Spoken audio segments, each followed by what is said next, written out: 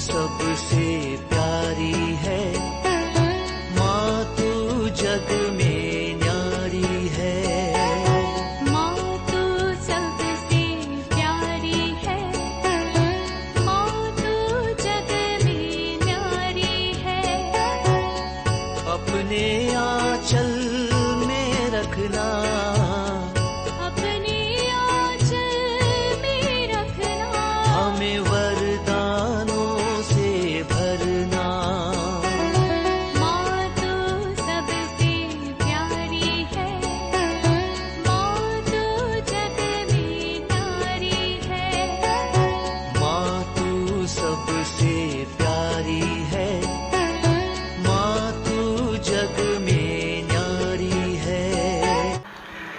पिता, पुत्र और पवित्र आत्मा के नाम पर आमीन। आप सबों को जय यीशु। मत्ती सुसमाचार अध्याय 13 वाक्य 55 और 56। Matthew chapter 13 verse 55 and 56। वहां पर प्रभु ईसा मसीह अपने नगर कफरनहूम आए और सभागृह में शिक्षा दे रहे थे। ईसा मसीह की शिक्षा सुनकर के उनके नगर के उनके लोग आपस में बोलने लगे, क्या यह बढ़ई का बेटा नहीं है? जोसेफ बढ़ई का काम करता था, इसलिए पूछते हैं, क्या यह बढ़ई का बेटा नहीं है? क्या मरियम इसकी मां नहीं? क्या याकूब, यूसुफ, सिमोन, यूदस इनके भाई नहीं? इसका मतलब 4 भाइयों का नाम, याकूब, यूसुफ, सिमोन और यूदस, 4 नाम यहां लिखा हुआ है। उनके ही नगर के लोग पूछ रहा है, ये इनका भाई नहीं है? इसके बाद वाक्य 56 में अगला सवाल, क्या इसकी सब बहनें हमारे बीच नहीं रहती? इसका मतलब कुछ बहनें भी है, मान लो 4 बहनें और। इसका मतलब ईसा मसीह के अलावा ईसा मसीह को 4 भाई और कुछ बहनें और थे। बाइबल ये साक्ष्य दे रहा है। इसी के ऊपर मेरे विचार में कम से कम 3-4 क्लास में अब तक ले चुका है। इसके बावजूद अभी भी सवाल पूछा है। यह सवाल हमारे ये एक कैथोलिक कैटेकिस्ट जो दूसरों को सिखाता है, वो भाई का है। मैंने उनको डाल करके भी दिए, जो पुराना क्लासेस है उसको, माता मरियम के विषय में काफ़ी क्लासेस है, उसके अंदर आपको ये क्लास मिलेगा, ये भाई कौन है क्या है प्रूफ करके। जब इन्होंने पूछा ही है और अन्य जो पेंटेकोस्टल कलीसिया वाला मरियम, माता मरियम का अनेकों बच्चा है और वो कन्या नहीं है, ये स्थापित करने के लिए माता मरियम कन्या कुंवारी नहीं है, क्योंकि उन्हें और भी संतान हुआ है, ये बोलने के लिए इसका सहारा लेता है। इसलिए उनका कहना है, जिसने मेरे से पूछा है, उनके घर में कुछ पास्टर लोग वगैरह आते हैं, मैंने कई बार बोला है ऐसे लोगों से संपर्क थोड़ा कम कर दीजिए। हाँ, भाईचारा भ्रातृ प्रेम में जरूर रहिए, लेकिन बाइबल का आदान प्रदान ऐसे लोगों से अगर आप करेंगे, आपको ऐसा फिर डाउट में वो डालता जाएगा। एक शैतान का कार्य है। इसलिए प्रभु ने ये कहा था, मोतियों को सूअर के सामने मत बिखरना, कोई फायदा नहीं है। बहुमूल्य ऐसे वचनों को इनको बोलने से कोई फायदा नहीं, उनमें कोई सुधार नहीं लाने वाला। उन लोग उसी को पकड़ करके घूमते रहेगा। हमारे पास जो बाइबल है उसके अंदर ये लिखा हुआ, तुम्हारा बाइबल गलत है, तुम्हारा बाइबल में देखो ज्यादा किताबें, पता नहीं क्या क्या नहीं सिखा रहा है, क्या क्या नहीं बोल रहा है। बाइबल के विषय में, वचन के विषय में ज्ञान जिसके पास थोड़ा कम है, कौन है? मेरे अंदर भी बहुत कमियां हैं, मैं परफेक्ट नहीं है। हाँ, लेकिन इन चीजों को मैं काफी गहराई से स्टडी कर करके इस विश्वास में मैं तो बिल्कुल मजबूत हो चुका हूं। तो भाई ने पूछा, ये भाई ये जो लिखा हुआ, अगर हम ऐसा सोचें तो क्या ईसा मसीह का भाई तो लिखा हुआ है यहाँ और बहनें? यहीं पर हम लोग एक उल्टा सवाल कर देते हैं। सबसे पहले, यदि ईसा मसीह को इस प्रकार का 4 भाई थे और बहनें, 4 और बहनें मान लो, है ना, 8 बच्चे और थे, तो हम लोग थोड़ा सा पन्ने को पीछे पलटा करके देखते हैं। ईसा मसीह को 12 साल की उम्र में जो मंदिर गए थे, उस घटना को लिखा हुआ है। ईसा मसीह का उम्र उस समय पर 12 साल है।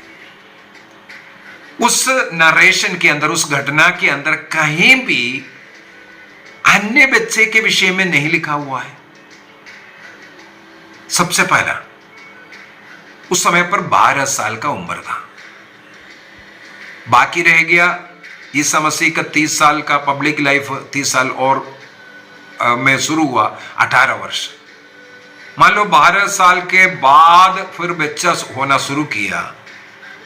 इन 18 वर्षों के भीतर संत यूसुफ का देहांत भी हो चुका था। संत यूसुफ का देहांत होने के बाद ईसा मसीह स्वयं अपने घर को चलाने के लिए बढ़ाई का कार्य करता था। संत यूसुफ ईसा मसीह के पब्लिक लाइफ के समय पर नहीं था।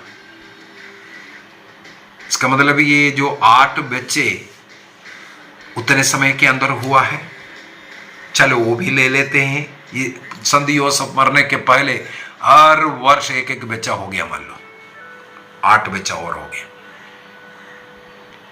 अभी हम लोग कई जगहों पर और भी ये देखते हैं, माता मरियम अपने भाई बहनों के साथ ईसा मसीह से मिलने के लिए आया, पूछा, देखो तुम्हारी माँ और बहनें तुम्हारा इंतजार कर रहा है। ईसा मसीह ने उस समय पर पूछ रहा है, मेरा भाई कौन है, मेरा बहन कौन है, मेरी माँ कौन है?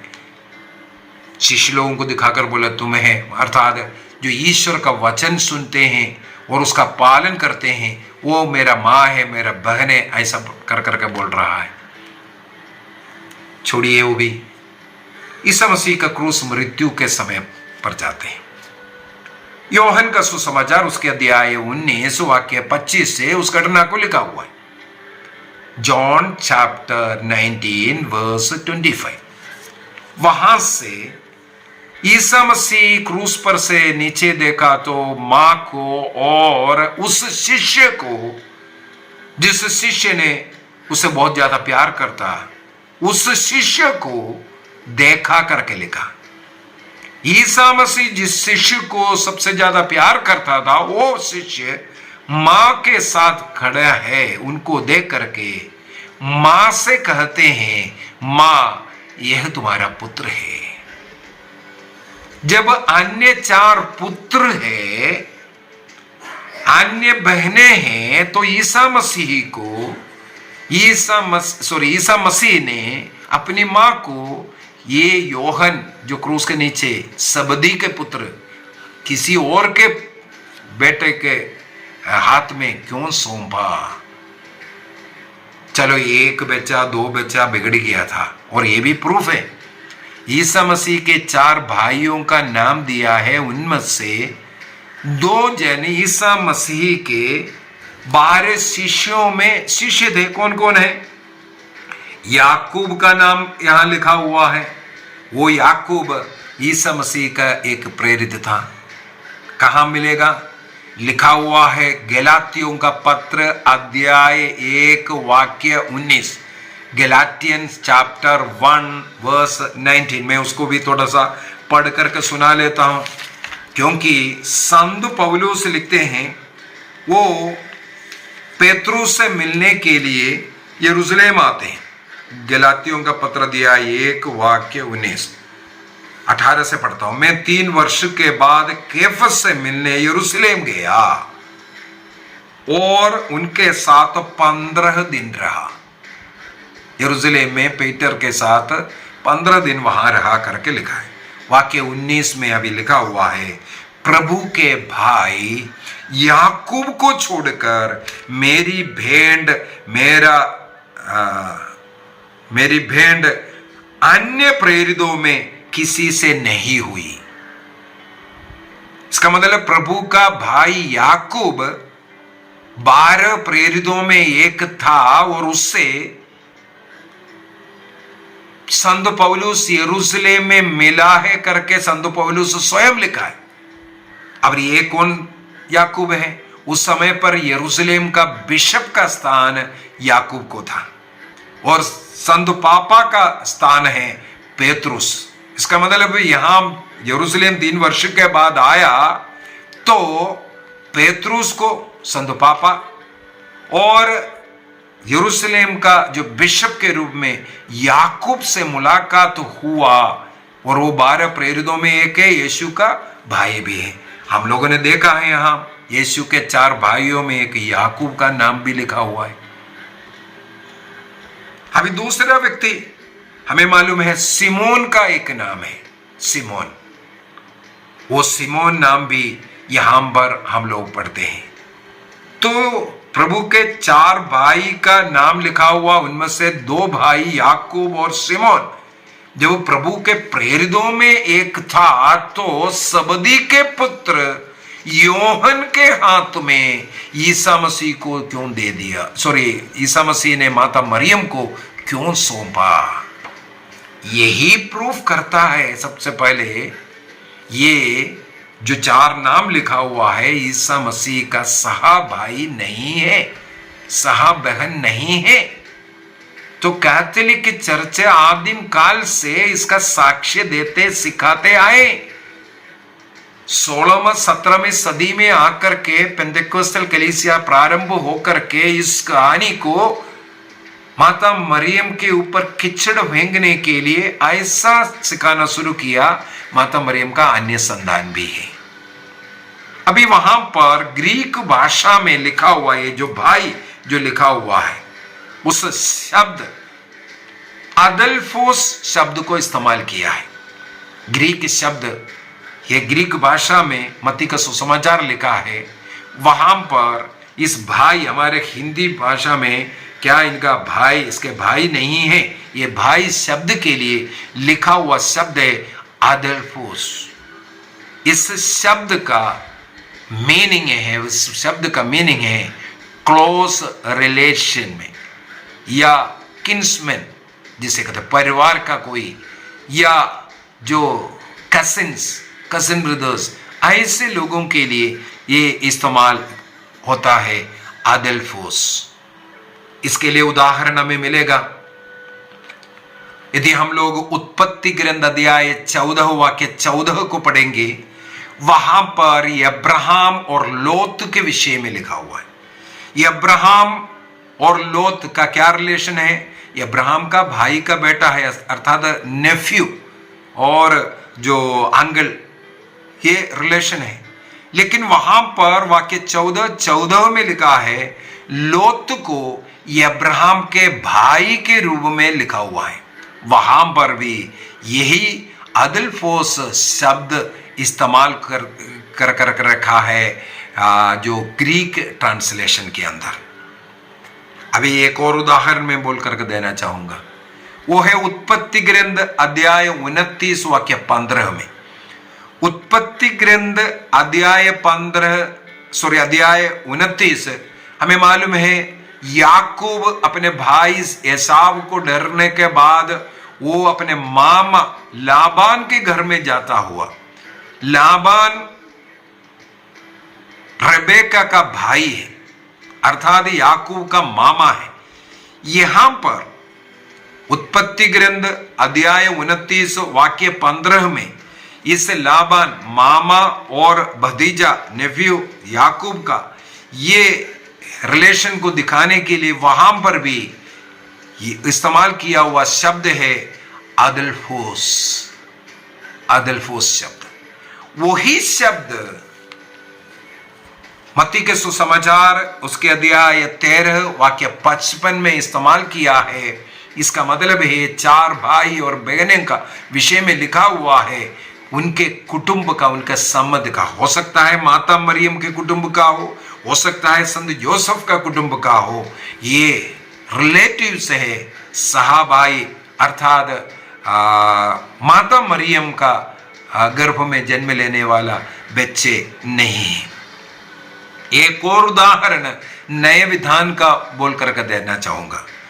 तिमोथी को संत पौलुस लिखते हैं, तिमोथी का पत्र, तिमोथी का पहला पत्र अध्याय 1 वाक्य 2 में और तिमोथी का दूसरा पत्र अध्याय 1 वाक्य 2 में, दोनों पत्र में अध्याय 1 का दूसरा वाक्य में संत पौलुस तिमोथी को अपने बिलवड सन, पुत्र, प्यारे बेटा कह करके पुकारा है। हमें मालूम है संत पौलुस शादीशुदा नहीं है, उनके कोई संतान भी नहीं है, फिर भी यहां पर बेटा शब्द को इस्तेमाल किया हुआ। और तीतुस का पत्र अध्याय 1:4 में भी तीतुस को भी इस प्रकार बेटा कह करके पुकारता है। वो बेटा है आध्यात्मिक रीत से वो पिता बन करके दूसरों को, प्यारे बच्चों, जैसे हम लोग संत योहन का पत्रों को पढ़ना, वहां पर बच्चों बच्चों कर करके संबोधित करते हैं। अपने अधीन रहने वाला, चाहे शिष्य लोग हो, उनके जिसके लिए लिख रहा है उस कलीसिया को हो, वो संतान, बेटा बेटी कह करके पुकारते हैं। वो इसका मतलब ये सहा बेटा या बेटी नहीं है। अगर ये बोलना शुरू करें संत पौलुस शादी भी नहीं किया था उनको, लेकिन बच्चा है, कितना गलत। पेत्रुस भी इस प्रकार, पेत्रुस का पहला पत्र अध्याय 5 वाक्य 13 के अंदर पेत्रुस उनका शिष्य मार्कुस को इसी प्रकार बेटा कर करके पुकारता है। इसका मतलब आत्मिक रूप से वो पिता बन करके उनके नीचे जो लोग हैं उनको बेटा, पुत्र कह करके पुकारता है। तो बाइबल के अंदर इस प्रकार का अनेकों भाई बहन के विषय में हो या बेटा बेटियों के विषय में हो, ये सब लिखा हुआ हमें मिलेगा। संत पौलुस, संत योहन भी लिखा हुआ है, दूसरों के लिए, विधवाओं के लिए आप पति के समान कार्य कर करके देखो। इसका मतलब ये नहीं है तुम पति बन करके पति के समान प्यार देना, आदर देना, सेवा देना दूसरों के लिए बोल करके दे रहा है। अनाथों का पिता बनो कर करके, इसका मतलब उनकी मां को जाकर के विवाह करो, ये नहीं है उसका अर्थ। तो इस प्रकार के शब्दों को उठा करके गलत शिक्षा देना, ये बहुत बड़ा दुख की बात होता है। यदि बच्चा दूसरा होते तो माता मरियम को वहां पर संत योहन के हाथ में नहीं देने की जरूरत है। और अन्य अनेकों क्लास के अंदर मैंने आपको बता करके दिया, उसको प्रूफ कर करके एक एक वचन को उठा करके भी प्रूफ किया हुआ है। आज के क्लास में मैं केवल इतना बोल करके दूंगा, ये हमारे सामाजिक दृष्टि से भी देखें, ये बोलना भी बड़ा पाप है।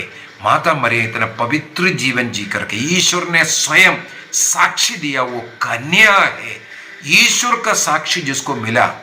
और हमें मालूम है, मैं कई उदाहरण बोलकर, यरूशलेम मंदिर का वो फाटक हमेशा के लिए बंद रखा, क्योंकि उससे, उस द्वार से ईश्वर प्रवेश किया था।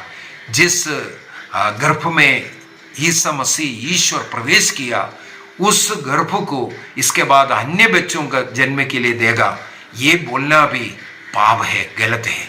तो इस प्रकार का माता मरियम के ऊपर दुष्प्रचार करने के लिए, उनके कन्यत्व के ऊपर कीचड़ फेंकने के लिए इस प्रकार का गलत शिक्षा, गलत सोच रखना महापाप है, आत्ममारू पाप है, ईश निंदा का पाप है।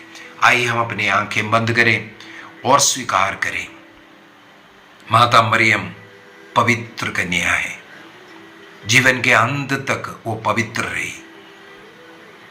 पवित्र बाइबल के अंदर जो अन्य बच्चों के विषय में लिखा है, ईसा मसीह के रिलेटिव्स हैं, कजिन्स हो सकता है। गलत शिक्षाओं में पढ़ करके माता मरियम के पवित्रता पर उनके उस कन्यत्व के ऊपर कीचड़ फेंकना घोर पाप है। हम उससे दूर रहने का निर्णय करें। माता मरियम के समान हम भी अपना पवित्र जीवन जीने का निर्णय करें। अपने शरीर को जीवन के अंत तक पवित्र रखने का निर्णय करें। वैवाहिक जीवन की पवित्रता को कायम रखने का निर्णय करें। प्रार्थना भक्ति के साथ, विनम्रता के साथ माता मरियम के कुछ वर्चू सद्गुणों को अपनाने का निर्णय करें। इसके द्वारा प्रभु का अनुग्रह आशीष हम पर, अपने परिवार पर बरसता रहे। पिता, पुत्र और पवित्र आत्मा के नाम पर आमीन। आप सबों को जय यीशु।